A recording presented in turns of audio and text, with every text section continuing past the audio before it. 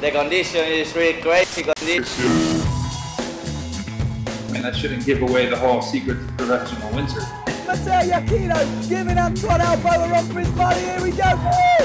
What a finish. The guy is kind of talking bullshit. The team's just got to work a little harder.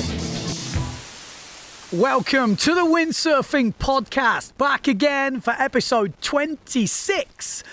Well, I say the Windsurfing Podcast. This is the Windsurfing Podcast with a difference because we have a new host. Yes, don't worry. Maciek Rakowski will be back. He's at the moment, he's off training and he's building up some podcasts. So you guys get to listen to them one after another. Keith de Boer has already been ticked off the list and we have a plenty more coming.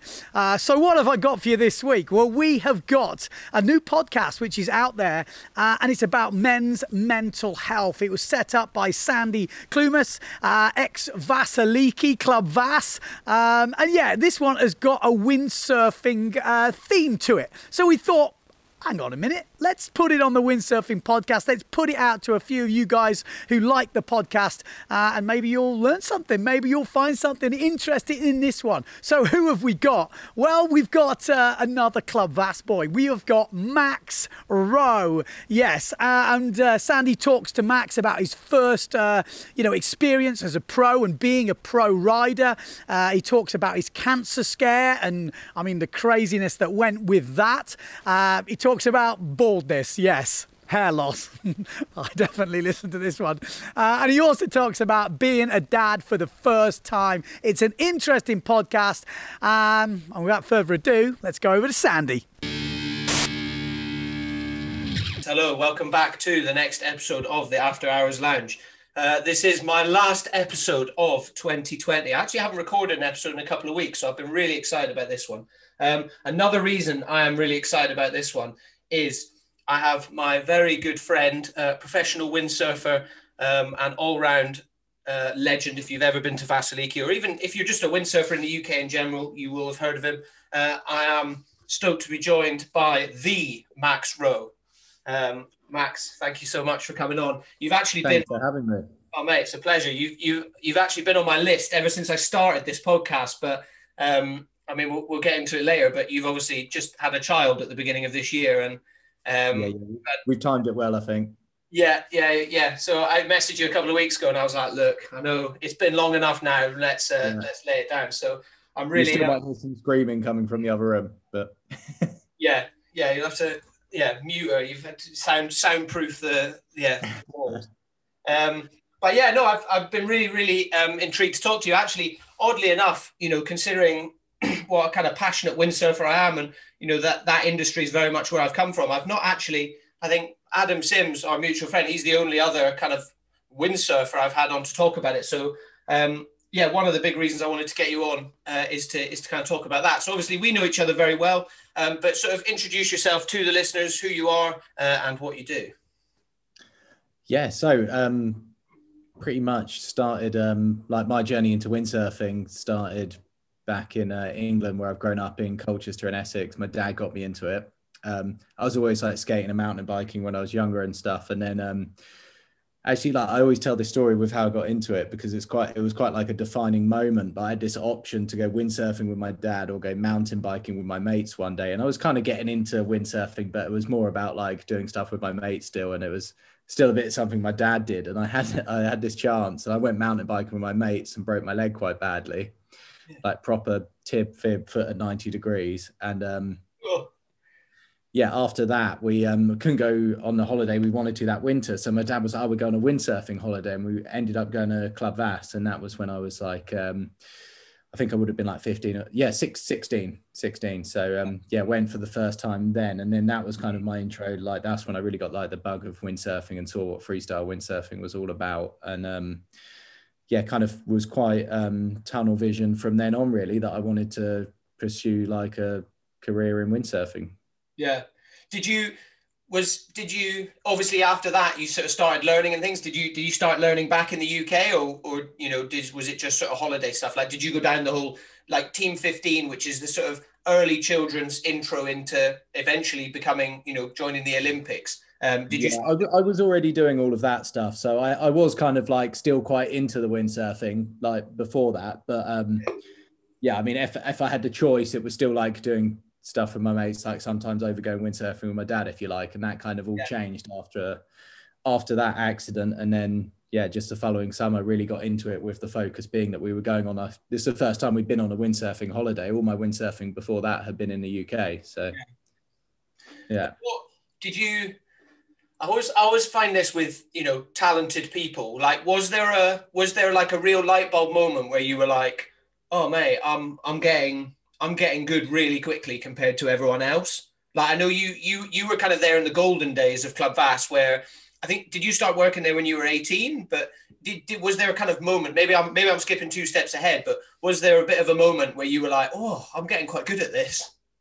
There's definitely like a few years, yeah. So further down the line, because back then I was kind of still quite, when I first went to Club Vass, just quite basic level really. Yeah. But then, yeah, I did learn to Vulcan the year later on my flying fish course when I would have been 18. And then, yeah, my first season when I was 18 as well. And there was like a ridiculously high level there then. I mean, it was, you've got Bubble, like already a tour veteran on the PWA, Simon Hurry, who was like easily like Bubble's level as well, like not as successful in competition, but and then you had to also Colin, Marco, Ollie, a lot of like really top sailors. So it's kind of quite I don't know if I had like a light bulb moment where I was getting quite felt like I was getting good, but the guys were like really encouraging me, you know, and they took like a real interest. And obviously as I got better, they were like they definitely did their part in like it was like more encouragement from them as well. But I did have a moment, I met maybe not a moment, but I kind of thought, wow, learning these moves, but you never know when it's going to stop, if you're going to hit a wall or anything. But I don't think I really like, I don't know. I was just, like I mentioned before, I kind of always had this tunnel vision, whereas that was what I wanted to do. So I didn't have a lot of doubts, or back then it was just like, when you're younger, you don't have like the sort of, you don't have the history of like failure, I guess, when you're younger, do you? So you don't necessarily have that lack of confidence or second guessing yourself, or not even, you know, with windsurfing, because it is, you know, an extreme sport. You don't have that self-preservation either of like, oh, I don't know if I want to learn that because it's a bit scary. You know, when you're kind of 19, you're like, no, I'm just going to go all into it. I think I've heard a story of, was it Colin or someone, they wouldn't let you come in until you'd landed a forward or something like that. They would literally. Yeah, I think it was, I'd done a few moves before the loop, and it was kind of time. That was Ollie, I think, shouting at me, calling me a fucking pussy, chasing me in the boat. But good strong Club Vass encouragement there. But it obviously works. It obviously works. And I think it's, when you're younger as well, it wasn't like make or break. Like I was just having fun, really. Like at the end of the day, I was just doing seasons and learning new windsurf moves. Probably you put a lot less pressure on yourself when you're that age, because didn't need to be a career. It didn't need to be anything. It was just like having a laugh, and I wanted to travel and I wanted to go windsurfing, and it wasn't really like it wasn't really too big a deal, you know. So, and I guess like at that time, or even you know, for my kind of generation of sort of Club Vass as well, it's always produced like the, other than like a couple of the other guys like, you know, Adam Sims and stuff like that, it's always produced the kind of next sort of UK freestyle, you know, world tour talents, really, hasn't it? So I guess you having those guys, and then you being in all these amazing places, having, you know, Colin and especially I think you and Bubble were always the kind of, you were the two of that sort of generation, weren't you, that were going off and competing together. So when was your... it was kind of like footsteps to follow, and it was always like someone had done it before, you know, so you were kind of joining in with, I was just joining in with what Bubble was doing, really. So and then what was the, you know, did you go, how did you kind of have to get a wild card for that first event, and then were you quite nervous for that after everything we sort of just said about you just enjoying it? Were you, when you eventually got into starting competing, were you like, oh, I better start taking this seriously? Or did you just sort of keep going, no, I'm just going to see how it goes? Yeah, I think first year, not a lot of pressure. So didn't really feel any of that then. Like, I got a wild card for the first event in Austria, and my first ever heat on the PWA was against Bubble. Oh, nice. Enough, and he beat me. 5-7 weather, freezing cold, northerly winds in Poddersdorf. And yeah, but then my second, I can't remember, we had a few events. We had an event in Lanzarote that year as well, and already starting to feel less pressure. And then I had a bit of a breakthrough moment that year in Fuerteventura. I came 11th, which is still like one of the results I'd be the most proud of, because it was, yeah, it wasn't a lot of pressure on me, and it just like, man, everything just happened. It was my first ever time there. Yeah. And yeah, it's definitely something I look back on, but that was with really little pressure then, you know, and not really taking it desperately seriously. I remember being in the Carper pretty late with Bubble and Adam Sims potentially as well. Maybe Simsy wasn't competing that year, but yeah, I had Davy Sheffers the next morning. So I kind of like almost in my head written it off, because there was all these like real superstar up and coming kids. I wasn't really like in the focus at all, and had quite a late night, but then managed to beat him the next morning early on, and had like a bit of a steam, like running through that double, did like 4 or 5 heats or something, and got up to like 9th, I think. So yeah, that year definitely not too much pressure or taking it too seriously. I think I always edged on the side of, like, looking back at it now, probably never really taking it as seriously as I could have done. But I know myself that I would have got demotivated with it as well if it wasn't that much fun. So yeah, I always try to keep like the fun element in it. But yeah, definitely felt like more pressure with it in the later years, and certain events as well, because we always seem to go back to the same tour stop. So we'd have this routine of being in like Austria, Fuerteventura, Sil as pretty much the pattern. But I mean, back then it was a little bit more diverse, and we had some really exciting years mixed in then as well, where we ended up in the Caribbean and in Vietnam, and events in France, and indoor events in Poland and stuff. But yeah, the events where I'd like compete a lot, like in Austria, I ended up like, yeah, really struggling there with like the anxiety when you never know when it's going to be windy. Like in Fuerteventura, you can wake up and you're going to sail a heat that morning. Whereas, and it's a completely different ball game in Austria when there's a lot of distractions there anyway, because it is a bit of a party event. Yeah. So you've always like tipping that, for trying to find a balance there between enjoying yourself and being prepared for the competition. And then the fact that it kind of just felt like it could get windy at any moment, and having a few close calls. So I always used to get like, feel a lot of pressure in Austria, or just like anxiety. It was just a bit tough really. And also in Silt was a lot harder because it was like multidisciplined event. So you never know. You wake up one morning, like I'd often sleep in the van in the car park. It's pretty cold. You wake up and you know it's howling when you're sleeping in the van. Yeah. And you go down and you just wake up every time it's windy, and you're thinking, right, we're going to be competing, and you never know, like, oh, we're doing slalom, we're doing wave, or we're going to run the women first. And so those events would play harder in my mind, where it wasn't kind of like set that we're just doing a freestyle competition and that's what we're going to do. But overall, I definitely saw more like the fun side of it. It's funny, like when we were having that chat before, you said it seemed like maybe I was more like one of the professional guys, but in my mind, I was definitely more one of the guys that was having a lot of fun with it. Yeah, I mean, I don't know. I mean, it's difficult for me because I've, in those earlier years, certainly we didn't really know each other. We first sort of became friends around sort of 2013, and that was when, to me, that was when you were really like hitting your stride as a pro. That was sort of 2 or 3 years in. You'd just been signed, or you'd been on Northern Fanatic for a year or two by then. But that was when you were really at a professional level. And I remember, seeing, and then obviously as I've got to know you, I just remember thinking, you, especially when we used to see you sail in Vass, you're like, oh, he's literally just doing a heat. And then you say you get 40 minutes to windsurf on your time off in Vass when we worked there, and you'd go and we'd just watch you and you'd do the same moves and you'd do it.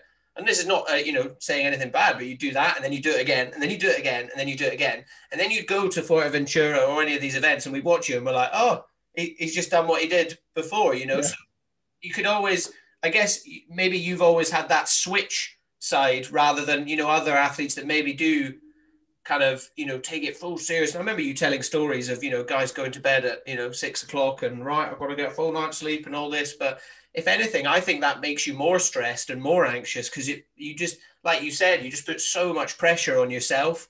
Whereas maybe that's why you kind of looked so professional and chilled out, is because you were looking at it as a, actually, I'm just going to go out and windsurf and do something that I love doing, and hopefully come out well, No, definitely. It was always a bit of that. And I was always I tried it the other way as well, you know, like being a bit more serious and, you know, like, oh, well, I won't have a beer the night before the event and see how that affects me. But you end up just like lying in bed, like nervous rather than just chilling out. And that didn't work for me, you know, not saying then I needed like 5 beers to go to sleep, but it's just like keeping up with a normal routine. But, no, it's funny you mentioned like the North Fanatic years, because those are probably when I felt the most pressure. Yeah, I bet. That's what I wanted to get onto. Yeah, you're dealing with like a lot more stuff within the team, because when I first got the deals and got sponsored and stuff, you're just, I mean, it's so grateful for any support that you get, and obviously it changed like the landscape for me completely once I started getting paid by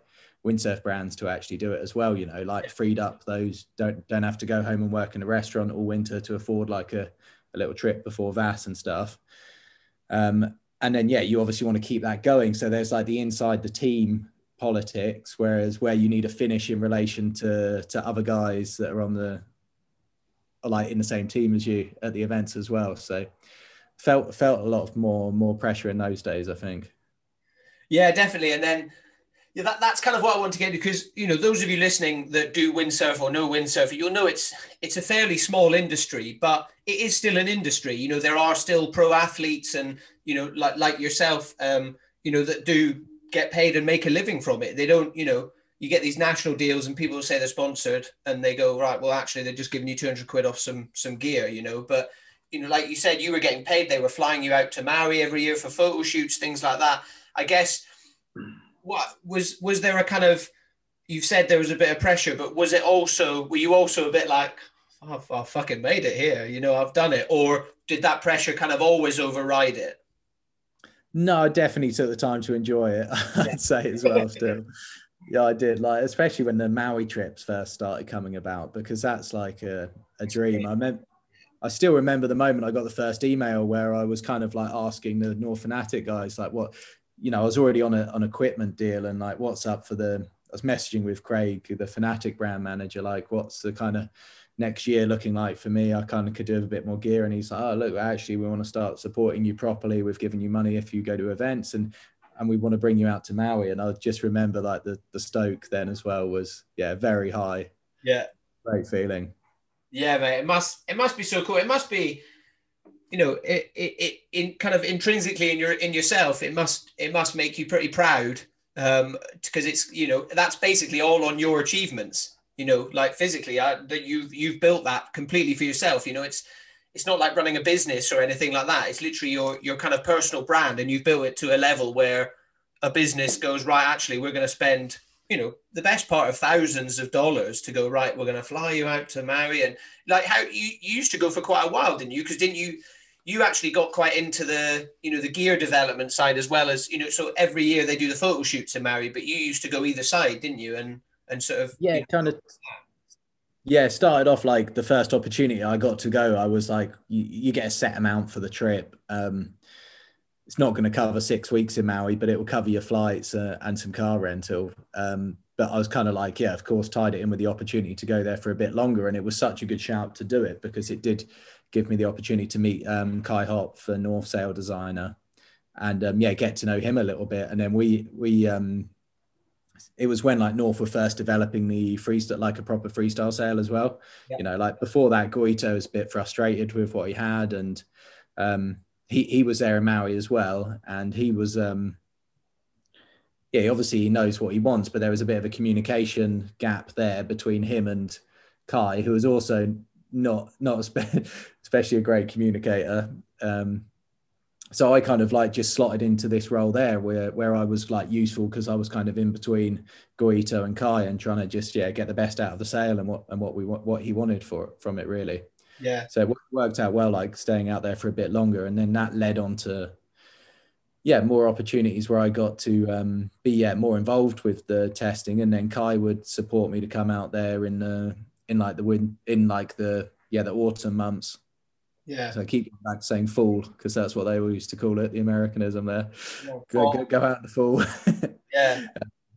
Yeah, and he'd support me for that, really, to come out and help him with the testing and with the feedback. And Goito would be there sometimes, he wouldn't. But yeah, those were amazing years as well. The times when I was doing like, it was like over 3 months a year normally out there, kind of like in 2 trips. So yeah. Always you like, this is something I really wanted to get into with you, because like we said, you know, I sort of looked at your stats the other day, and you basically spent, you know, you spent 3 or 4 years consecutively within the top 15. So really good results. I mean, how big was the fleet then? Was it 42? Yeah, it's always been around 42, but like over the course of the year, you mainly only have like 30 people that would attend every event, you know, so would have a fair ranking. Like a lot of the years when you've only got 3 events, every result stands, or as soon as you've got 4, you get a discard.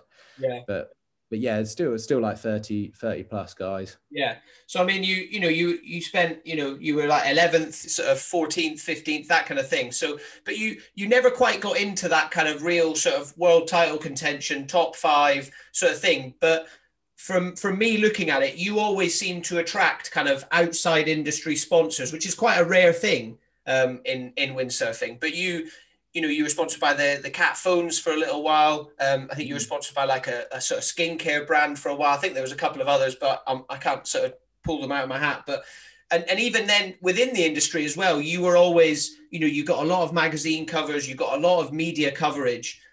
You know, I said you kind of commentated some of the events when you weren't competing yourself. You know, was that something that you always kind of wanted to do as well? Like, did you kind of have in your mind, like, I'd quite like to be, I know everyone, you know, wants to be famous, but did you kind of want to be that kind of poster boy, or did it just fall into it? I mean, it sounds like you've got a very open mind, and, you know, with the opportunities in Maui and things, but was that a kind of deliberate thing?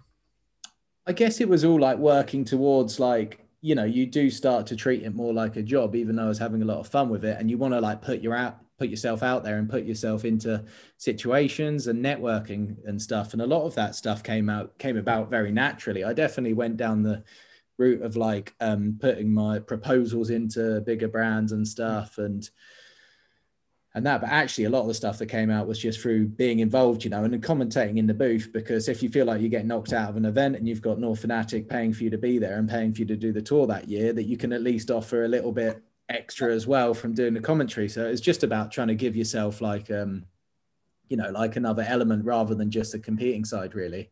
I mean, like you said, I never really cracked the top 10, although I had a couple of results up like at the tail end of the top 10. But yeah, it's funny thinking. I think I perhaps enjoyed the victories too much on the way, that I'd then kind of be content where I got to my standard kind of setting. I don't really know it's interesting now, like being in a position to kind of almost like look back on it. But I definitely feel like I enjoyed the little victories, like, because you're winning a heat in the windsurfing format, you know, you're like head on head with someone else. So you've got that each one that you win and you jumping up a place is a victory. It's not kind of like you go out and you do a display and then you're marked accordingly, you know. So you do get the reward of like winning. And but for me, maybe I enjoyed the getting to my kind of benchmark too much, that I then kind of take my eye off the ball or not really push it enough to beat kind of the guys at the next level, really. But I think all of that stuff and the which led to like more support from out the industry was just from like, you know, just being motivated to kind of get myself out there. I don't know if it's about being famous or but it was kind of just trying to get the best so I could carry on getting those kind of deals, just so I could make it last as long as possible, really. I think that's it. You know, any kind of and something I've realized, you know, I remember we always thought, oh, it's windsurfing and, you know, it's a small industry, but actually you look at pretty much any pro sport or any, you know, pro athletes within a sport, there's the roof isn't very high. You know, it can literally end like this, whether it's injury or, you know, just the next guy coming through and just being a lot better than you know. So I think you, in my brain looking at it, I mean, I remember, you know, I was a far lower level than you, but I had a few kind of sponsors back in the day and things. And I certainly remember kind of taking a leaf out of your book of just being like, right, well, just try and add as many strings to your bow as possible. And, you know, things like, you know, commentating, like I never actually thought about that, of actually North and Fanatic are paying you to be there. So you might as well make yourself slightly useful at the end of the day. I mean, you know, I do this podcast now. I love just sitting and chatting shit, you know, at the end of the day, it's quite fun.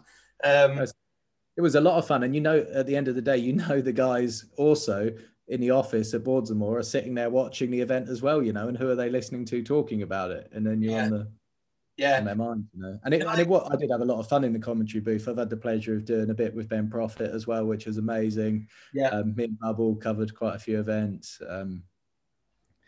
and Phil, so it's always pretty good times. Yeah, exactly. One shocker actually in the commentary booth where I was not really volunteered. I would been roped into doing it in Poland. I don't know if you remember the indoor event that happened there. Yeah. I didn't qualify for the main event because it was so hard to go switch in time to do something, and I'm not that good on like starboard tack, especially not being propelled by a fan in a swimming pool, it turns out. So I couldn't land anything on starboard. Like, had a few good runs, nearly qualified with what I did on port. So I didn't qualify for the main event, and you're in like the Polish, in like the national stadium where they hosted like the European football competition. It's a massive venue, and I got asked if I would assist the Polish commentator in there, and it was such like, you're in this like room, like a studio room up on the top of the stadium, like you can't hear the fans, you can't hear the windsurfing or anything, and you're like looking down at it on like a really funny angle, and this guy was so awkward and weird, and I really I ended up, it was really hard to like get excited about what was happening.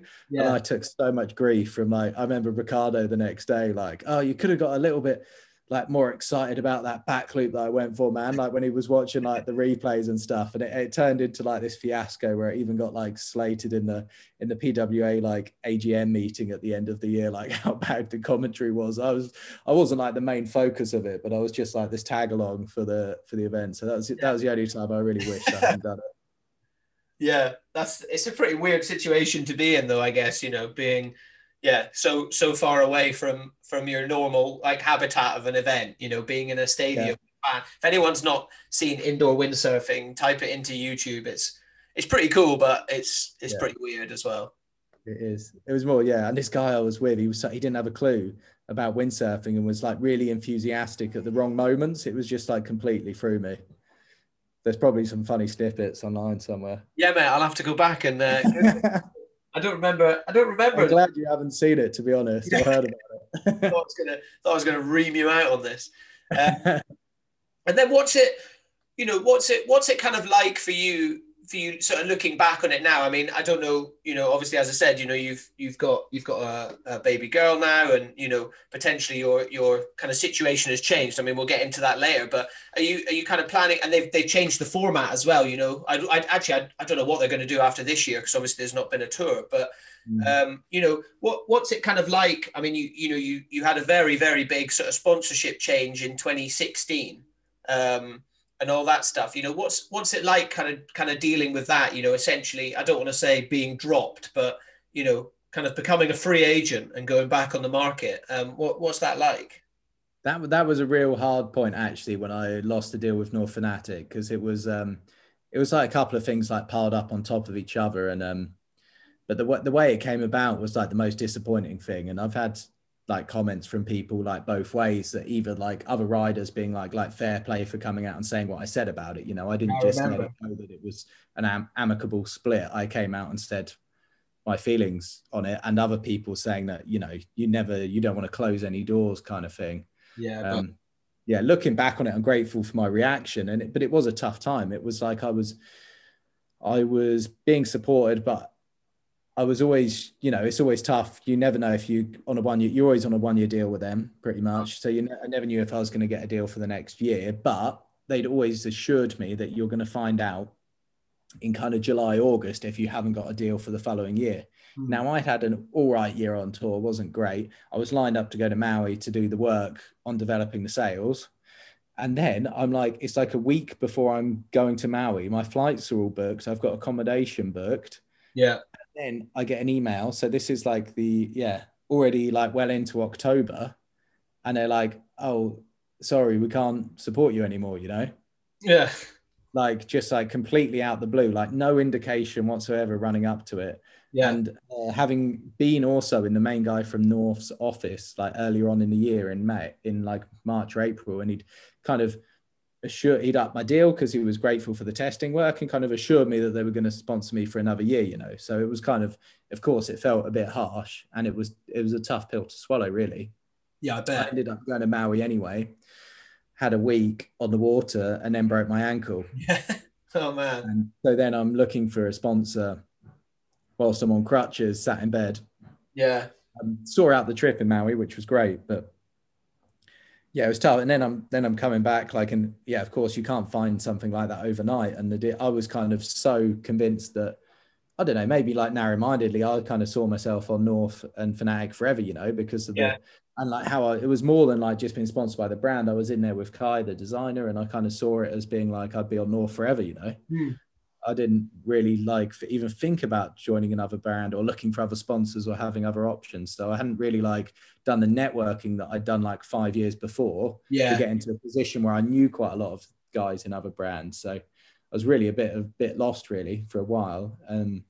But actually turned really good. And thankfully like Simmer came along, and I mean, at that age then I was like 26, 27.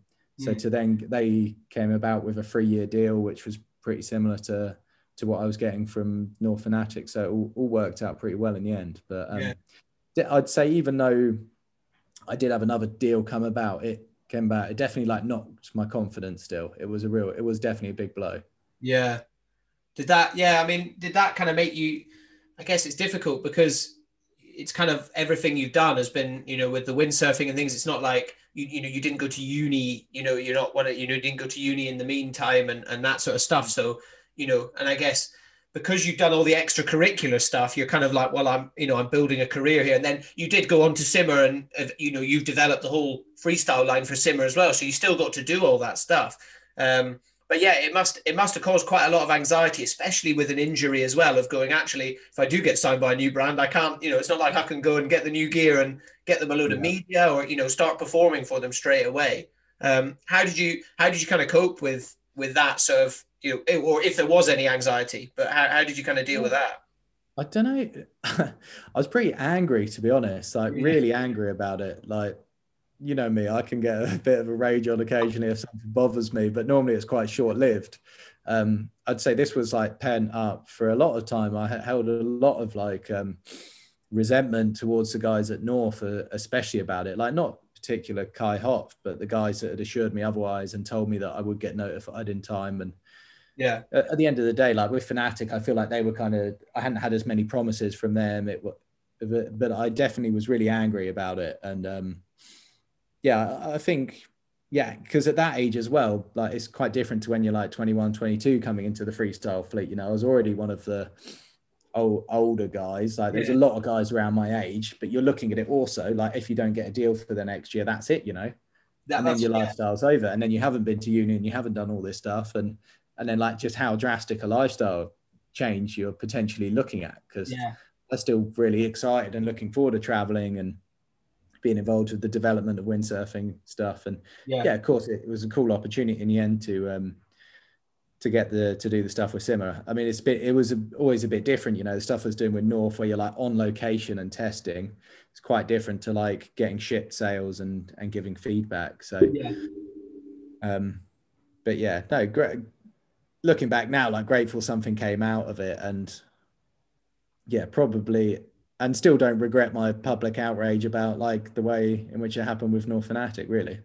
No, I mean, I remember reading it. I think we were in Cape Town when you put it out, and I remember reading it, and you know, we were all like, that all seems very reasonable. And I think there is a lack of that, and you know, it would be interesting to talk to you know, kind of other windsurfers, especially, you know, in terms of windsurfing, freestyle is definitely the smallest discipline and the one with the least amount of support. So I can imagine it's something that's always frustrated me, is that everyone always toes the line so much because they're so worried about losing their livelihood. So I remember all of us thinking it was pretty refreshing for you to be like, actually, no, fuck you, you know, without saying fuck you, if you know what I mean. You know, well, don't worry. From the emails I got from the guys at North, they definitely took it as a fuck you. So it got the message across. What was can you give me an exclusive? What was the deal? Were they threatening to sue or something? No, nothing like that. Just message from the guy at the time at North, who I hadn't dealt with for that long there. I had a really good relationship with the other team boss, who, but this guy had been there for a year, and just like, sorry how I feel like a victim and all of this stuff. And I didn't even bother replying to him because I didn't think I needed to really. Like the fact that he'd come out and emailed me like that again afterwards just proved my point about the whole situation, really. Yeah. Because there was no understanding from their side in his email anyway. But then actually I did hear from the guys that I knew within the Fnatic team at the time that they had actually spoke about, well, look, how do we avoid making people feel like this again? You know? Yeah, that's good. That's good. There is a little bit of a culture of like, actually, maybe we did sort of mess up a little bit, because it's difficult. It's so easy for a brand. And I mean, maybe this doesn't necessarily apply to windsurfing as much because it's a smaller sport, but it must be so easy for a brand to be like, yeah, cut him. We've got to get rid of him. We've got to think about budget. But I guess, this is maybe a bit of a naive thing to say, but they don't realize, it's literally your livelihood. It's literally your job, your whole plan for the next 12 months. I find it mad that they did that only 1 year. That's so insecure, isn't it? It must be so nerve wracking, especially in terms of competing. I definitely wouldn't be able to handle it. Maybe it's good that I'm not that good at windsurfing. Yeah, I think I'd absolutely crumble. It must be,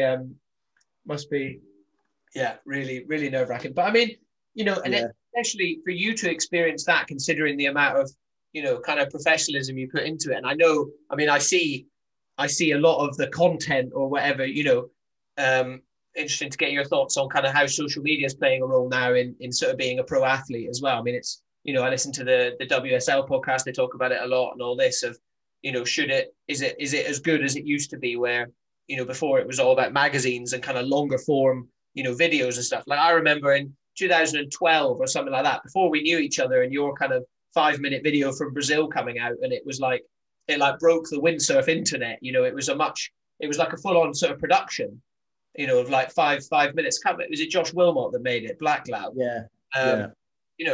And you don't necessarily see that as much anymore. Like people just put out kind of 15-20 second sort of clips on sort of Instagram things. Do you think that's helping kind of riders, keep themselves relevant, or do you think the old way was better?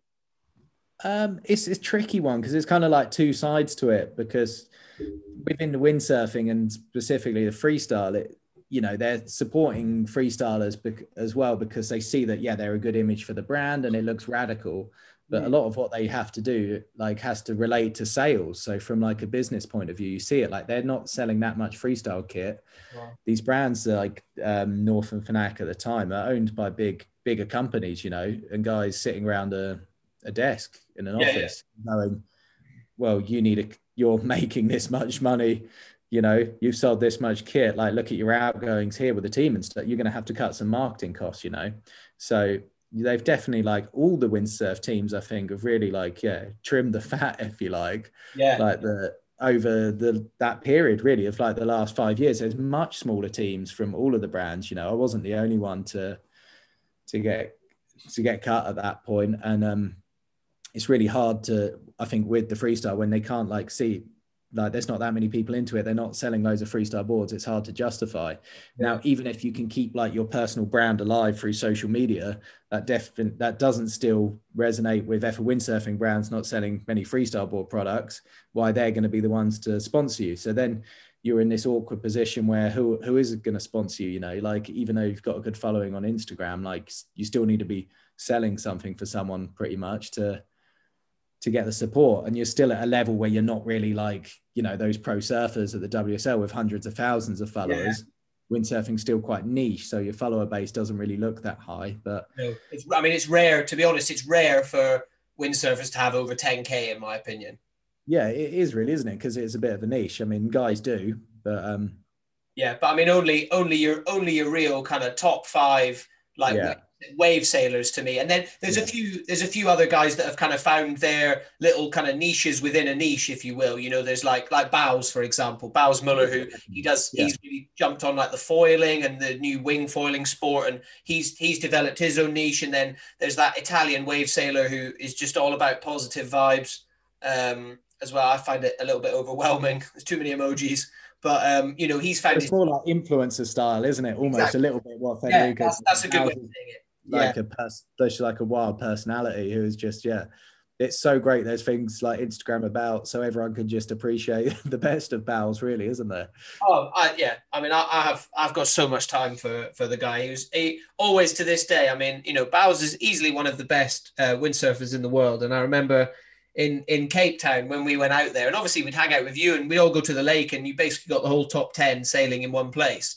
And I always remember Bowles being, you know, other than yourself, Bowles being easily up there with probably the friendliest of them all, and probably the one with, you know, the most famous one, but maybe not results wise, but easily the most recognizable face. And he was always the friendliest. Even last year in Fuerta, I haven't seen him for a couple of years, and he sees me on the beach. He's walking down for his heat, and he's like, "Sandy, what?" He's like, "What the fuck are you doing here?" You know? Yeah. You know, he's a real nice guy. I had a really cool opportunity earlier this year, actually. I went to Switzerland to commentate for Yakla, Positive Vibes. And I got to go. So Bowles was at the event, and Levi Sivers, obviously like someone I'd grown up like watching windsurf, and absolute legend of the sport. So I was doing like behind the scenes coverage, and Yakla had invited Bowles and Levi out, and I had the opportunity to like hang out with those guys, go snowboarding with them, and like Bowles was doing mad stuff like with the sail attached to his board, and really cool weekend with those guys. That was pretty cool. Yeah, it must be so cool to, especially, you know, for you, because you kind of came into windsurfing, like all things considered, you came into windsurfing really late, didn't you? You know, starting at kind of 16. You asked most of the other guys that were probably competing with you, they all probably started when they were 6 years old. And there's all that, you know, there's the beautiful story of their dad putting them on a board when they were 5 years old, and you know, taking them out in this. So it's pretty amazing that you've kind of done what you've done in such a short time. It's a funny one. I was always told that as well when I was like 16, 17, and we were like, had aspirations to, you know, like looking at the guys competing. All the other younger guys with us were like, "Oh, you're never going to get as good as those guys because they've been doing it since they're like 5 or 6 years old," you know. And you kind of also took that as a given as well sometimes at that age. Do you think having, I mean, I don't want to get too into it, but do you think having that kind of Club Vass backing really, really helped you with that? Obviously, you know, I remember speaking to some of the pros when we were in Cape Town, and they were like, "You guys that work in Vass have a way better life than all of us." They were like, "You don't have to compete. You still get really cheap gear. You get to spend 5 or 6 months in one of the best places in the world. All this." Do you think having not just the support network, but the opportunity to just, you know, be in Vass, do you think that kind of really helped accelerate you rather than having to just pay and go on 3-month trips to places? Definitely, because I think it's easy to get like distracted, you know, if you're only like, we were in a windsurfing mecca in its own right, if you like. So you're kind of, it's all about windsurfing all the time. Whereas if you're back in, you know, like normal life and the people you meet every day today, not everyone knows about windsurfing. So you're not like in the bubble, and it's easy. You see a lot of guys like fall out of it, you know, like very talented sailors start competing and then kind of like dwindle off and do other stuff. And because you get other opportunities, it kind of keeps the focus pretty much windsurfing orientated, doesn't it, all the time out there?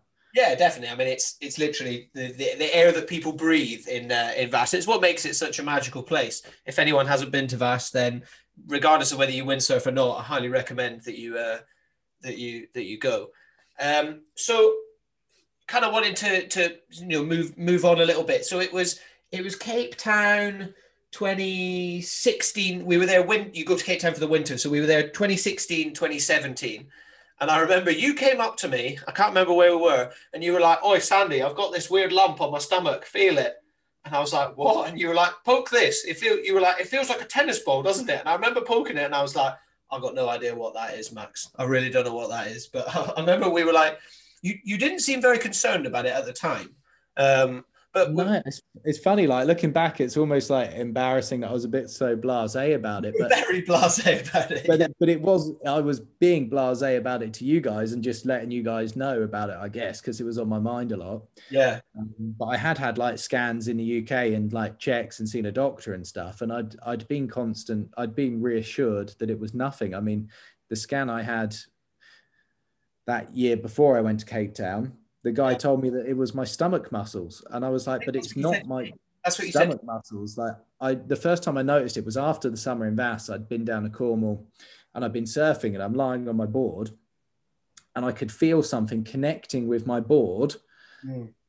I don't know, inside my stomach. It's hard. Not many people hopefully would have experienced that, but it was like, yeah, you could feel something inside. I could feel something under my stomach muscles connecting with the board that was almost like throwing me off balance, you know, when I'm lying on my front. And that got me like poking around and like, oh, actually, hang on, there's quite like a very round, but like quite significant lump. And I saw a doctor that was like, yeah, you know, that it does feel like some kind of abscess tumor first came about then. Oh, mate, that must have been... I already had Cape Town booked, so I rushed to get a ultrasound, was what they were prepared to do.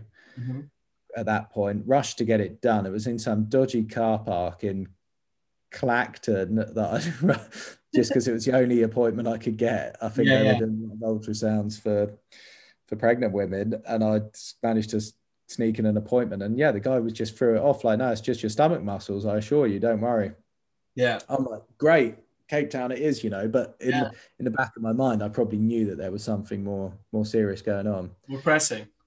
And then because I remember you being chilled about it, but I did, if I try and say that I thought more about it at the time, then I'd be absolutely lying. I definitely didn't.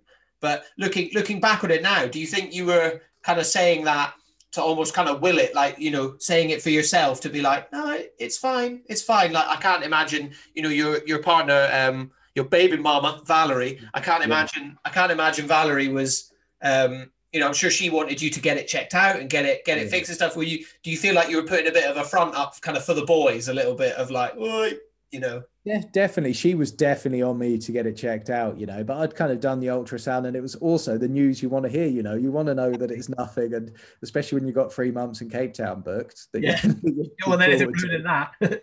Yeah.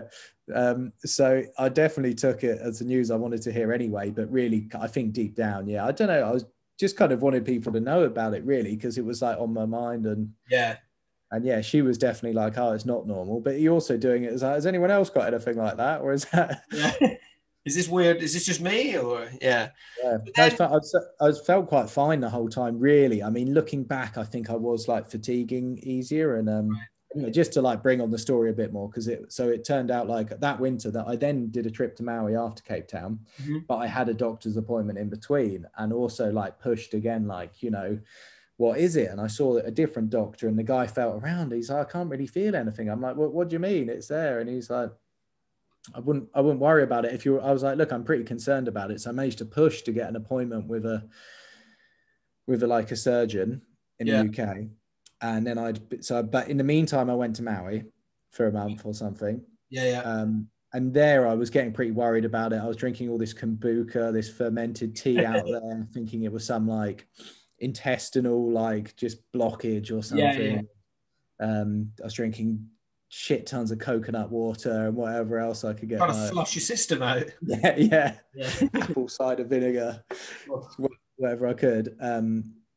But knew it was pretty bad there. And I was probably feeling quite tired. And like looking back now, I'd also started eating quite light foods as well. I wasn't really eating heavy stuff.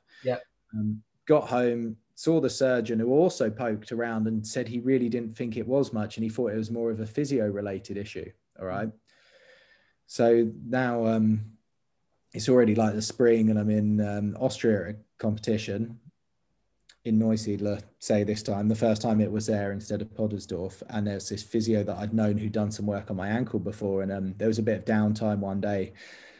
Went to see him just because they said, oh, it's physio related. He felt it, and he was like, oh, it's a shame I don't have my ultrasound scanner with me, but bear with me, I want to take you to like the radiologist's unit in the town. I was like, okay. And I kind of phoned Valerie and was like, look, this guy, I don't know how serious he thinks it is, but he wants to take me to his radiologist place. Obviously she's Austrian, so she's wanted to kind of come along and be involved and hear what I had to say. And I was in this place about 10 minutes later. And 5 minutes later after that, they've got the ultrasound out, and they're pretty much telling me already then that I've got quite a significant sized tumor somewhere in my abdomen. And I mean, I was almost grateful, looking back now, so grateful to get the news there, because it was like 5 minutes later and I'm in a CT scanner. Like if I was in the UK, I don't think I would have like had that quick a turnaround. And of course, when you get the news you've got a tumor, you don't really like need moments to dwell on it to like find out how serious it is. It was already pretty serious, pretty quick. So they got me in a CT scanner to see like where it was attached to. Yeah.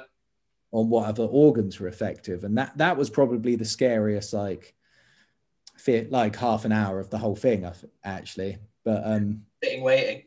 Yeah, wait, and it was only half an hour. You know, people in that position often don't have half an hour. You know, you get told that, and you have to wait for scan results and get referred for your next appointment or whatever. So, quickly after that, they could already tell me that yes, I had like a really big tumor. It was like at the time they were saying like 10 centimeters.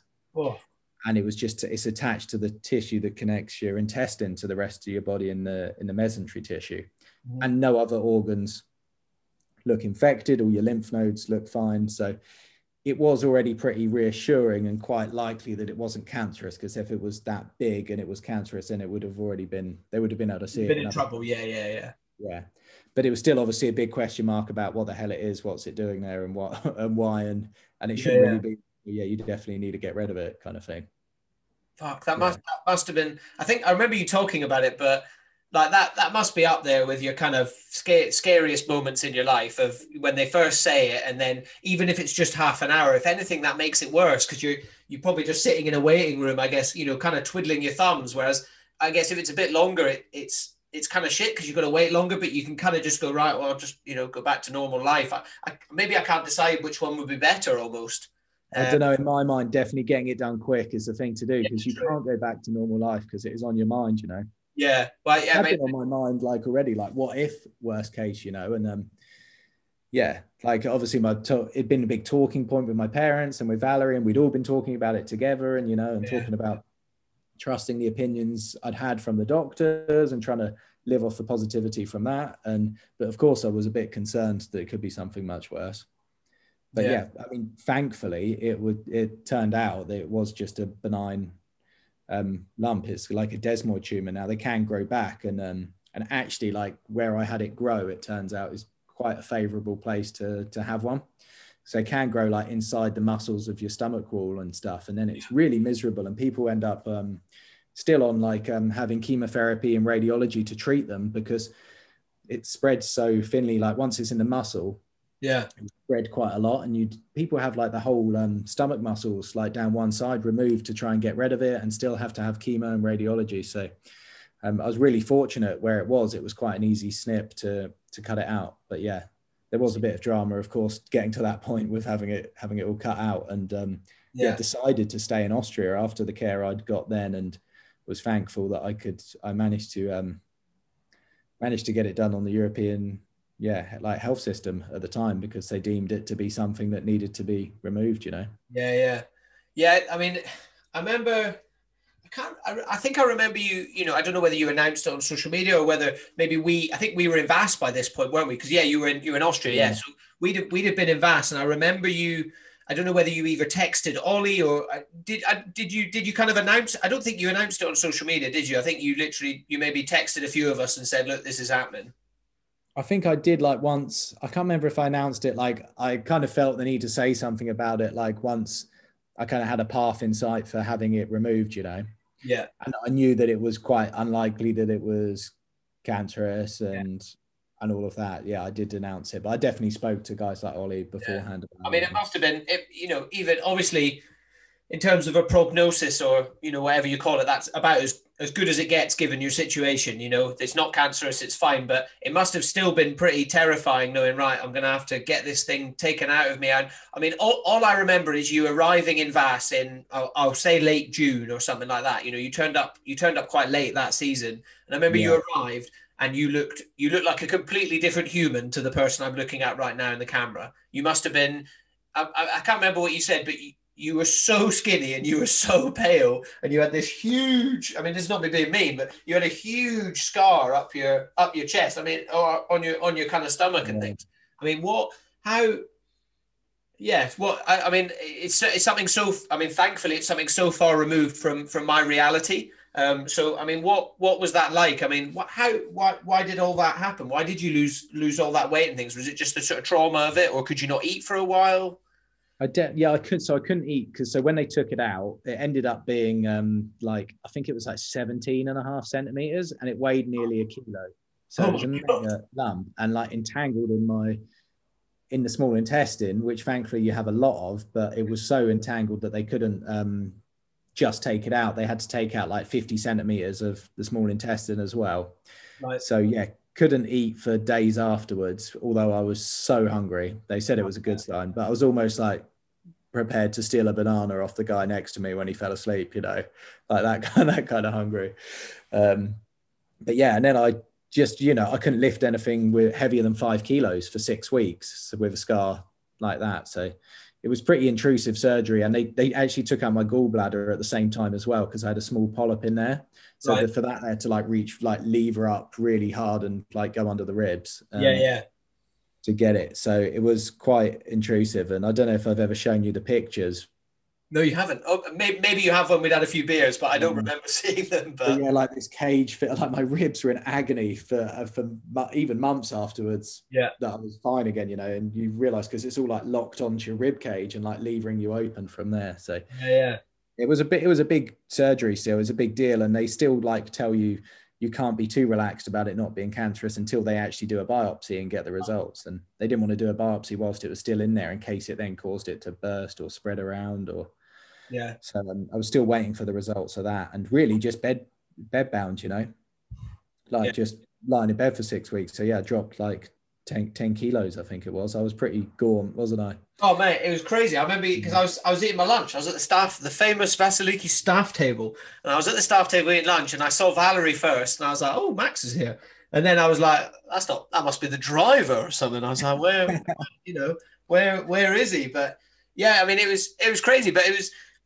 Again, it's one of those things. It's great with hindsight. I mean, how did you feel kind of weird after that? Like, were you a bit self-conscious of the way you looked and things like that? Or were you was there kind of more of a different perspective of actually, I'm just fucking stoked to be here? Yeah, definitely not self-conscious really at all. I mean, it was more just it's like events like that just do bring you, sometimes it's a shame you need something like that to kind of like bring you back down to earth and realize how like fucking grateful you should just be for like every day, And it was definitely like one of those moments where you just like, well, actually everything's pretty fucking sweet, isn't it? Like couldn't care less really about having a scar or not being able to windsurf or doing whatever, It was all it took something like that, but it was just it was good. I think of it like looking back, like afterwards, like good times, really. I mean, there was a bit of a scare, like, so that summer, whilst I was still in Vass, there's a bit of a question mark, like why you have that type of tumor. It can be related to this condition where you have a lot of polyps in your colon. Yeah. So I still had to, and I decided not, because I'd had the surgery, just started feeling good. I didn't want to go back to the UK for the colonoscopy and deal with all of that in the middle of the summer. I wanted to enjoy the Vass season, so I made the call to wait until the end of the summer to do that. Yeah. So I was still living with a little bit of like, because that's also quite a life-changing condition, if I'd have found out I had had that. So I'm still kind of living with a little bit of like, oh, I hope it's not that, but at the same time just being like, just grateful for everything really. Yeah, exactly. Yeah. It is interesting you say that. I mean, in the context of when we're recording this at the end of the fucking shittest year in our lifetimes anyway, and I think I don't want to talk about COVID and stuff too much, but I think that's kind of given us all a little bit of that kind of perspective that you were given then of actually how good was it just to be able to go and sit in a pub with your mates, or how lovely was it to go and enjoy a movie in the cinema, or all that sort of stuff that we've been denied this year. So I think we've all been dealt a bit of dose of perspective, and I think you're right. I think it's such an important thing to have, but often it comes out of something really shit happening, No, it does. It's just taking stuff for granted, isn't it? Yeah, and I remember you, like, I mean, there's a brilliant video. I'll put it up when I post this podcast. But one of your was it done with Sun God, or was it just done with our friend Miles, who's it was with Sun God, and Miles made the clip from that summer. Yeah. Yeah, so Sun God, who you know, it'd be interesting to chat to you a little bit about Sun God. But Sun God are a sunglass brand, and they've become really, really big. And you've kind of been there since the real early doors of that brand. You know, you're still one of their main kind of, you know, athletes today, and you know, very much the face of the brand for looking at it. You know, for me. But they produced a clip with our friend Miles of kind of you talking about you know, this all of this that happened to you, and it was done in Vass, and it, you know, they showed the first time you went back out windsurfing again and all that stuff, and it was really cool. I guess that must have been a really great moment for you, kind of making that clip. Yeah, it was it's funny because it was almost like, looking at it now, it was quite soon to be like talking about it in that light, you know, because it wasn't really like all over and done and recovered by then. It was still like very early on in it. But at that point, you know, you're quite emotional about the whole thing, because then you're really like feeling that perspective pretty hard, you know, and just grateful for family and people around you and all your mates and stuff. So I haven't watched it back for quite a long time, but yeah, those were special moments. Like I remember the first session, and I think I windsurfed like around my birthday that year for the first time. I swear in my brain, I think it was your birthday. Yeah. I can't remember. I think you just went foiling, didn't you? I think. No, I was on maybe I did go. I think I was on a 4.4 and a blast 100 though. And no, you were. That was it. Yeah, that was it. I was going to say you definitely weren't on your freestyle kit. I remember that. No, I couldn't let myself. But yeah, actually, I remember you said to me, you were like, "I'll just do a shaka. I won't be able to not do it." Yeah, because I could, but actually I couldn't have done it. It was really good not to, because the stomach muscles take a long time to heal, you know. Once. Yeah. I tried to do a few chop hops, but I just couldn't lift my legs aggressively enough. So no strength there to even pull my legs up, really. So it was already a push to be windsurfing, I think. Yeah. But I did try and do my best to take it easy for a while with that one, because I'd had enough injuries, so I'd rushed back from that had gone the other way. Yeah. Well, I mean, and then, you know, at the end of the tour that year, which I think is, you know, sort of a very, you know, end of September, early October time, you ended up actually competing in the last event of that year as well. So I think you kind of rounded it out quite well, I suppose.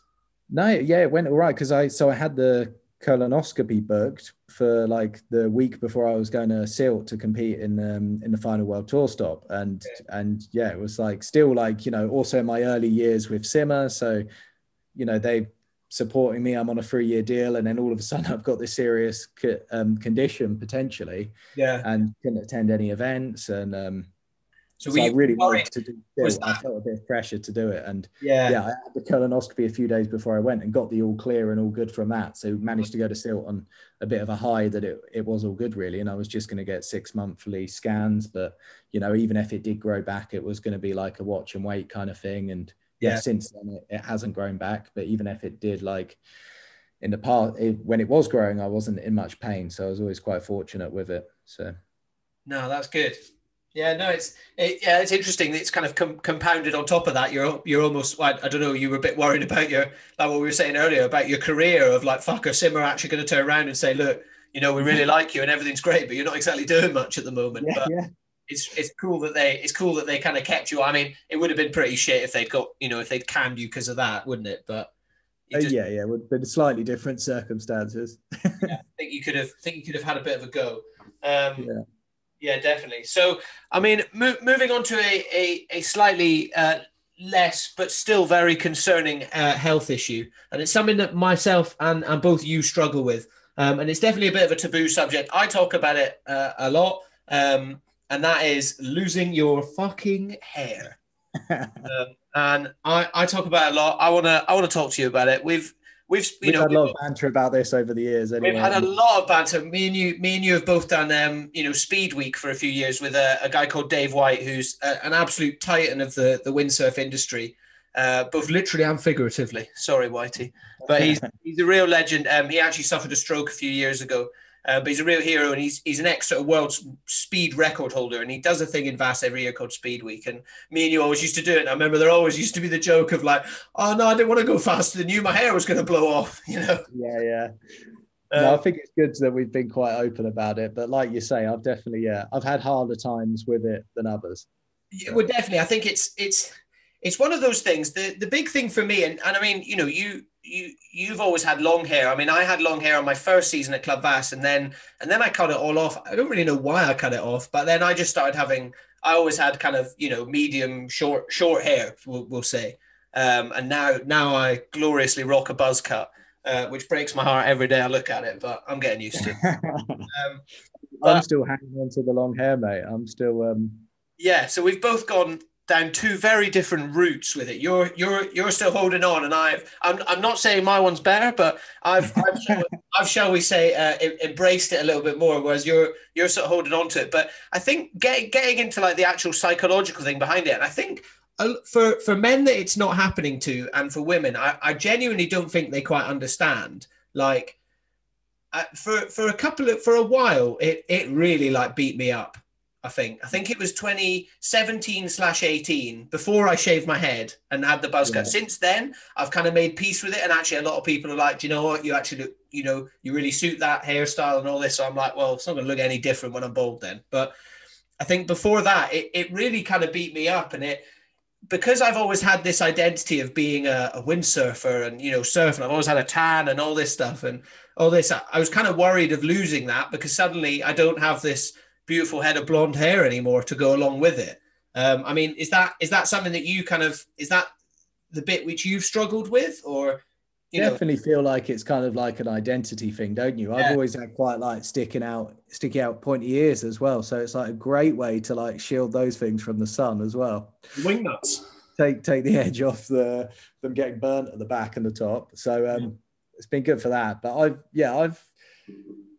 you do feel hard done by, I'd say, has been my feeling with it. And when you look in pictures, it's like, especially windsurfing and certain angles of pictures you see, like when I look at myself on like some of the Fanatic North shoots from 2016 in Maui, even compared to like the year or two later, like how wispy it all of a sudden gets. Like there's not a lot of hiding it when you're in the water. No, especially when you start to get a little bit sunburnt through there as well. But dude, I have to put sun cream on my head now. Yeah, I've managed to get a little bit of life back with the old regain. Yeah, you told me about this. That's interesting. But I read a thing saying that it apparently it only lasts for it's only effective for 5 years. Yeah. Well, I'm a year in, so I'm all right. But I'm not like doing it religiously, but I kind of let Valerie, my girlfriend, as my gauge on this, is that because I've proposed like, right, I'm ready to go short hair, chop it all off. And she's been the one like, no, it's not that bad yet. You can hang on to it. So maybe I will look back in the future and go, ask her what the hell she was going on about. But I still think I've got just enough to blag it with my new little tufts that I'm getting from the regain spray in there. I mean, it's, you know, it's one of those things, and it's funny. I remember in like 2015, 2016, I was looking at my hair and I was like, oh, it's really, really bad. Oh no. And then I look at it now and I'm like, I literally had a full head of hair. Yeah. And then I was this weekend just gone. I was on the South Coast. I was with our friend, James Hoare. And we were windsurfing together and stuff. And I saw James and I was just chatting to James about it all and all this. And James was like, if I looked at you, I wouldn't even think you were losing your hair. I just think you had really short hair. Yeah. You know, I think a lot of it is definitely in our brains rather than, and I think once you're losing your hair, you notice it way more in other people as well. Like I watch films now that I watched when I was a kid and I look at them and I'm like, oh, he's bald. He's bald. I'm like, oh, I want to see him again, see how much hair he's got. You know, and you've been watching a lot of Jason Statham movies, have you? Well, yeah, I've just finished 5 seasons of Ballers, and pretty much everyone in it is bald, and they're also really cool. So I'm like, oh, maybe I'll be all right. But I think what's funny is that we always had like people to chat about it with as well, like me, you, and Pip famously as well, our mate, who's also balding quite seriously on the back of his head. So we always had like he's got the worst deal there. I think that's the worst one. Is having the helicopter landing pad on the back of your head. Like me and you are very similar. I think we're just general thinning, which is kind of good. Like, you know, you can kind of hide that. Thankfully, like Sun God are very happy with pictures of me wearing a cap and sunny, so it's worked out all right for that deal. Yeah, exactly. Your modelling career is still going. But I mean, did that? You know, you when I was saying we were joking on Speed Week, that was the year before you had this kind of cancer scare and the tumor and stuff. That was 2017. You had your tumor scare. did and this is maybe getting a bit deep, and maybe you didn't necessarily think about it, but did the perspective of that happening make you kind of think, oh, do you know what? If I do lose my hair, it probably doesn't actually matter that much, you know? Yeah, 100%. Like that kind of thing is a good reminder. Like you can still feel hard done by about it occasionally, I think. But yeah. Oh, mate, for sure. You know, I hate it when people are like, you know, when people come along and oh, well, you're hungry. Well, there's people starving in Africa, and it's like, what relevance does that have to what I'm trying to do now? You know, just because I'm not suffering as badly as someone else doesn't mean I can't be suffering. I think that kind of attitude really fucking pisses me off. But I guess when it's both of those things that have happened to you personally, you know, it's interesting. I'm very fortunate so far. I've not had any, you know, personal kind of health crisis. Well, you know, I had a bit of a bad time mentally, but that's why I'm here doing this podcast. But you know, physically, that's not happened. Other than the fact that I'm losing my hair, I feel like I've done quite well so far. But also because I'm so tall, people can't see the top of my head. You see, so I think, yeah. And you look good in a cap as well, mate. So that's it, mate. Yeah, exactly. As long as you've got nice hats. This is the thing. I spent 40 quid on this hat, but you got a nice hat. People don't mind, mate. People don't mind. Yeah. No, I think if you're to anyone out there who is starting to lose their hair, just don't worry about it. There's plenty of you know, good looking bald men out there, and especially, you know, me and you've now got a baby mama. I've got a long-term girlfriend, and you know, I remember Heidi at the very beginning when we were, you know, chatting and stuff before we were together, she was like, oh, I really fancy bald men. So I was like, oh, I think I'll be all right then. Yeah. Yeah, you've got it. I think that having that as well, that kind of relationship security, like I think I would have been more bothered about it as well. Like if I was looking at the prospect of dating life, if you like, with going bald as well. But I think it is something you kind of come to terms with. I've been quite lucky that it's been a gradual kind of fitting, so I've had a while to get my head around it as well. Yeah, me too. I mean, and there is a big stigma attached to it, but I think generally, from what I've found, the people that care more about it than anyone else is yourself and other men. Women do not give a shit. You know, they really don't care whether, you know, and as you said, luckily we're you know, in relationships and stuff like that, but usually women don't care. If anything, they probably find it attractive. But you look at look at our friend Ed, who has the most fertile head of hair I've ever seen on a man, you know. And I'm like, can I just have like a little bit of yours, please? You know, you can't help be a bit jealous, can you? Especially when it grows so well still, like anywhere just to set from that like top front bit. That's a painful bit, isn't it? Yeah, as soon as you get an island anywhere, you need that's when you need to start thinking about taking. Maybe the comb over will come back into fashion, though. You never know. That's what I'm waiting for. Yeah, I do. Yeah, I have watched a few like period movies recently of the comb over. Yours isn't quite a comb over yet. You've still got a bit of, you know, you're not combing completely from one side to the other. So I think you're all right, mate. I think you're all right. Yeah. Cheers, mate. Yes, mate. Okay, I'll keep you updated with how it goes, but I'm hoping to keep it going for a little bit longer. Yeah, mate. I think you've got at least another year. But I think once you just for the sun protection as well, I'm like, otherwise I'm going to be in one of those bucket hats with a chin strap on. Oh yeah. You have a slightly paler complexion compared to I tan quite well. You're not much of a tanner, are you? So no, I'm a bit pastier. Yeah, you are. You know, kind of last sort of subject I want to get into before we do the sort of quick fire stuff. You know, going on to something. You know, I said at the beginning, you've become a dad this year. You know, first of all, congratulations. I've met Lola. She's lovely. She's already got more hair than you. But yeah, I've heard that one a few times. Yeah, I think I've said that one to you a few times. But I mean, I'm really interested to chat to you about this because I didn't really get a chance to talk to you when we were in Vass because obviously, you know, social distancing and all that stuff. I know Valerie was being quite careful with Lola, with all of us flying out and back and all that stuff. So I didn't really get to talk to you a lot about it, and you know, you were very busy. But for you, coming from that kind of season air, you know, professional, you know, water sports athlete, kind of that carefree traveling lifestyle, what was it like when you first found out you were having a kid? Compared to now when you've actually got a kid, you know, what is that like? It was crazy kind of whirlwind really, because it wasn't I mean, I'm not going to say, I mean, we both obviously done biology lessons at school, but I'm not going to say we'd like absolutely planned it that we were going to decided that we were going to have a baby. So well, it did come as a bit of a surprise, even though yeah, we knew what we were doing, Yeah. if you know what I mean.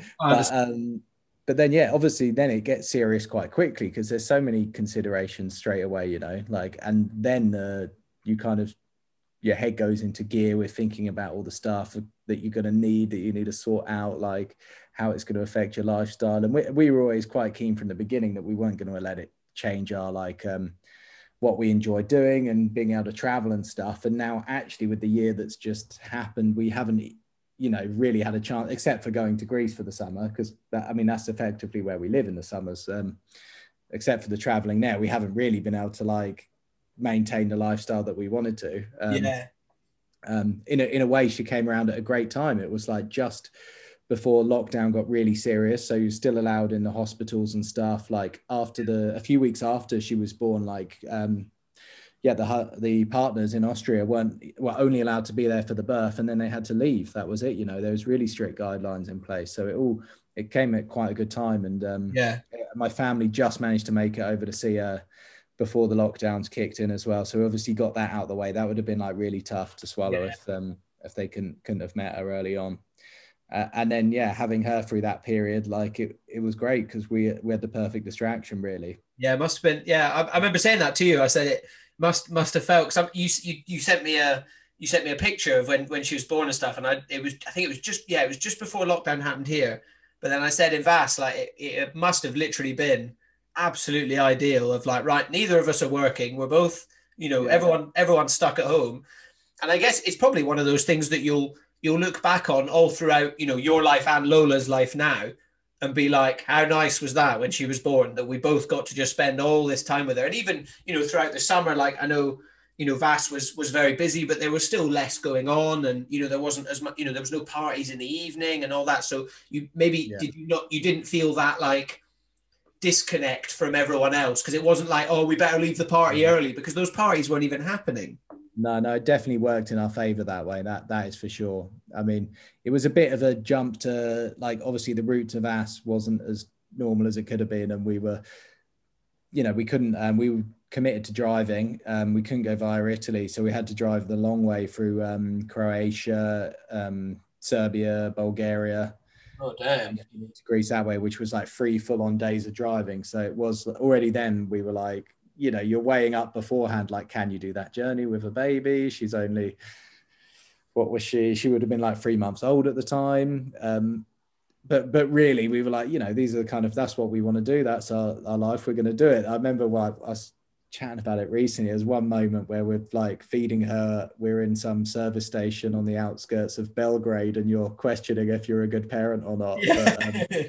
But actually, like, really grateful that we of course did it, and just to trying to carry on living our lives, but with her about. But of course, it's a change of pace, and instantly, even in those first few months, it's very, very full on having a young baby to look after, and the sense of responsibility that you feel, and all of that. But yeah, of course, incredible memories that you're just creating all the time. Yeah. So I guess is it kind of, you know, already you had such a huge like perspective shift 3 years ago with the cancer scare. I mean, this must have, you know, everyone says it completely changes, you know, who you are and what your outlook is. I mean, would you say that's true? Like, do you look at life definitely in a kind of bit of a different way now? Or I know you said you want to keep living that lifestyle that you already had.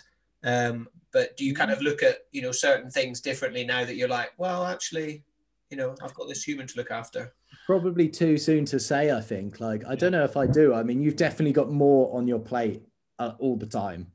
So you always got this extra, like, you know, you struggle for those moments to like switch off and sit down, watch something, you know, like that time. So you're definitely like more alert and going through stuff. I wouldn't say I look at anything like too differently, still like to do exactly the same things and similar aspirations as before. But I mean, it's kind of like, one factor with it is you're looking at in 5 years, she's going to need to go to school. Yeah. So you've actually got like a bit of a structure, clock ticking. Yeah.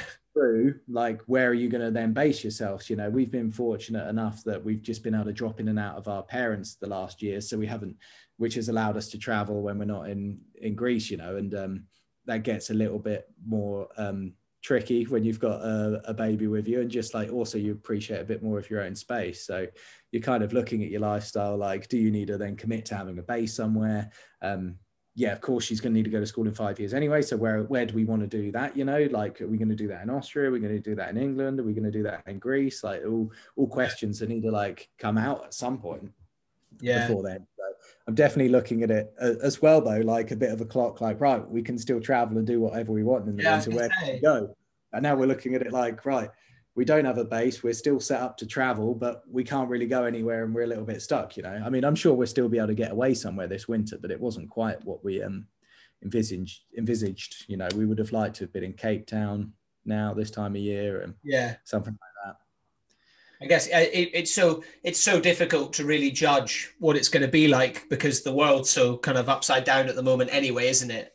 You know, it's kind of good and bad bits, because you can't really settle into life like as a 3 anymore at the moment, can you? Because you're still kind of unsure of what that life is going to be like, you know? But it must, a lot of uncertainty, isn't there? Yeah, I mean, but it must be crazy. I mean, you're, you know, for my sort of, you know, generation of people doing seasons and all that, you're kind of the first one that's had a kid. So I've been, you know, I'm myself, and I'm sure, you know, other people as well have been really kind of intrigued to know, like, you know, just sort of what it's like to go from, you know, pretty much the most carefree lifestyle there is to suddenly, fuck, I've got this thing I need to look after, you know, all the time. But actually, I guess it's interesting what you say about, you know, you kind of know in 5 years, and you can kind of look at that, you know, negatively and positively. You know, it kind of, like you said, it gives you go, right, actually, we've got 4 years to go and do everything, you know, we wanted. Let's take her to Maui. Let's go and, you know, anywhere. And then you kind of start, you know, that next chapter, sort of whatever it is. So I guess it's kind of nice in a way. So I know some people like it, some people hate it, actually having like a bit of a plan and something to, you know, move towards. It's definitely given us like a bug that, we need to get on with it and do some more traveling whilst we're free, because until she needs to go to school, we are actually pretty free still, you know. There's a lot of like how I think people are scared of like how much routine babies need and needing this and that and a set spot, but we were always told by a lot of like similar minds and people that we've been, you know, got to know through Club Vass that have had kids, that actually they just, you know, they need their parents to be there, and then they can actually be wherever, you know, as long as you're looking after them and they're with you, then they're going to be great. So it was like reassuring to connect with people as well that we knew that had kids. That must be nice, because I guess, you know, there must be a bit of like did you have that kind of confidence thing in the start of like, fuck, can I actually do this? Or, you know, were you like, nah, you've always been quite I don't want to say like super confident, but you've always been pretty sure of yourself, you know, whether it's like we chatted, you know, whether it's your windsurf career or anything, you know, for me, knowing you've always seemed really sure of yourself. Do you think, did you carry that into, you know, having a kid as well? Yeah, definitely. I mean, obviously you have doubts like anything, but really the overwhelming side of it is, well, holy fuck, you've got to do your best now. You've got absolutely more than ever, you've got to be confident. You've got to make it all work, you know. So exactly. That definitely drives a bit of pressure onto yourself as well. But it was, mostly like a whole like exciting kind of process, you know, and it gives you like a real sense of purpose as well. Well, that must, you know, especially throughout, it's something I say on a lot of the podcasts, you know, especially throughout this year. I think the reason a lot of people have suffered, you know, mentally and things is because they have a lack of purpose, you know. And I think this podcast in a way has really, really saved me this year, because whilst my work has been really up and down, this podcast has been constant. Like I've done at least one episode a week, pretty much every week this year, you know. So it's same thing, you know. Obviously my podcast, I'm not comparing my podcast to your child at all, but no, but you know what I mean? Having a focus, exactly. I think that's really, really valuable, and really, you know, really, really, really great to have. Just grateful that you don't have your focus at 3 different periods throughout the night, 2 in the morning and 4:30. Yeah, I mean that sounds like the worst bit. I mean, I do like my sleep. I even find myself getting frustrated at the moment if I need to get up and go for a wee in the middle of the night, let alone go and change a child. You know. No, we've been very lucky. She slept through like the whole summer we were in Greece. She was sleeping like through the night in her bed. So we got it pretty lucky, really. It's changing a little bit now, and with the teething and everything, it is adjusting. We're definitely awake a lot more. Yeah. Not for too many extended periods, but yeah, I think it would have been a real struggle this summer working like the season lifestyle. And then, you know, I'm not saying it's a mega stressful or busy job, but it's just full on when you're like 6 days a week, you're in the sun. Yeah, it's not necessarily full on. You know, this is something I've said in you know, I did a podcast with our friends Laura and Emily, and we chatted about seasons and stuff. And something that always really fucked me off was people going, when are you going to get a real job then? You know, and it's like, well, you don't quite appreciate, if you're saying that to me, you really don't appreciate how much work we all actually put in for you to have this lovely holiday, you know. And it's maybe not the most serious job in the world, but it's definitely full on. And I think, like I said, I think it's almost really great that you had this year where it maybe, I know you had a lot less staff, but there wasn't the big parties. You weren't planning all that sort of extracurricular side of it. You know, you could very much get in, sort of do your lessons, all that stuff, and in the evening you're like, right, I've got this time. Yeah, no, that was great. But yeah, you're still like, you know, on top of those full-on days, I'm up like at 8 o'clock in the morning. Valerie's teaching Pilates twice a week, so you're doing all the prepping, all the stuff for the day, like every day before you're going to work. So you're full on for like 2 hours afterwards, and of course all the extra stuff in the evening. So if you then were not sleeping on top of that, it would have been like, it would have been really tough, I think. And I'm just someone that if I'm not sleeping, then I'm just going to be getting frustrated. I'm going to be taking it out on people. So I was really grateful that I didn't have any of that. Yeah, definitely. Yeah, no, it's super. Yeah, I think it's there's good and bad bits, I suppose, isn't there? You know, the bad bits, I'd say the good far outweighs the bad. I think there's challenges. That's a better way of saying it. It's a better way. It's very full on in its own right. You know, there is a full-time job, isn't it? Yeah, it's crazy. So to kind of finish up, then I've always got my kind of few questions that I like to sort of ask my guests. So where is your happy place? So you've done a lot of traveling. Click your fingers right now. Where are you? Vasiliki. Yeah.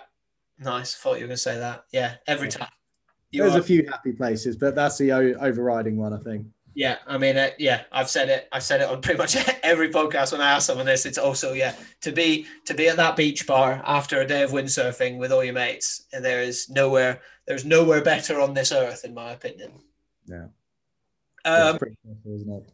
I mean, this is a question. Usually, everyone's got some good answers to this, but as we've just discussed, you've been fairly busy over the last year. But you know, during lockdown, I'm just going to do the usual spiel, and then we can talk about it. But during lockdown, we've all had a lot more sort of time on our hands, so we've all been watching a lot more kind of TV and movies and things. You know, I guess for you, other than watching, you know, Dora the Explorer and Paw Patrol, have you been watching anything good, or is it literally you just been caught up with looking after Lola? I'd highly recommend the Wheels on the Bus Coco Melon edition that is on YouTube. It's only 3 minutes of your day. Right. You can watch it up to 10 times, and it is very catchy. Yeah, I bet. We were very grateful in September, October, once the season did wind down a bit and we're in Vass. We watched a few seasons. I think we watched the new season of You. That was my favorite so far. Oh yeah, I watched that this year, and it's a pretty mental TV show, isn't it? It is, isn't it? We haven't managed many though, so I'm definitely not got good suggestions on that front. No, that's fine, mate. You've been busy. Something that you will have good suggestions on. I know that you also like a beer. You like a little sip of the amber nectar. Hit me with some recommendations. I was saying at the beginning, big huge thanks to our friend Ollie, Mr. Ollie Scott, who is the general manager at Club Vass. He sent me a mixed crate of Camden beers. So while we've been having this, I've had the Weeknight Any Day Lager, which is very new. It's very light. It's a bit like a Castle Light. Is it? How strong is it? 3%, mate. 3%. Yeah. Nice. Weeknight. But what beers have you been drinking? Obviously, you spend a lot of time in Austria as well, so you've got some good stuff. Actually, I'd say my favorite beer at the moment is hands down from Austria. The local Salzburg beer is Stiegel. The gold brow, and they're actually quite like environmentally focused. So they're not like shipping worldwide, really. A lot of the production that they do seems to be in like refillable bottles. Yeah. So, you know, you buy your crate and you pay a deposit on the bottles. They do cans and stuff as well, but it's amazing like how it's not really available even outside of Austria. I don't think I've ever seen it, but it is really, if you're ever in Austria and they're snowboarding, the Stiegel is top notch. Nice. And it has been good to get back to the Brewdog beers as well. I'm actually drinking now. I've got one I haven't drunk until the other day, with Hazy Jane, which is a New England IPA. I love the punks, so this was a nice little mix up on that. Big fan of them. Yeah, I like a Brewdog. I sent the guys at Brewdog and Camden an email about sponsoring this podcast. So if you're listening, can you please send me some beers? That would be very nice. All this talking is very thirsty work. I bet it is. But yeah, cool. All right then, guys. That was my final episode of 2020. Thank you so much, Max, for coming on. Thank you for talking about all those things. I mean, it's been a hell of a journey for you.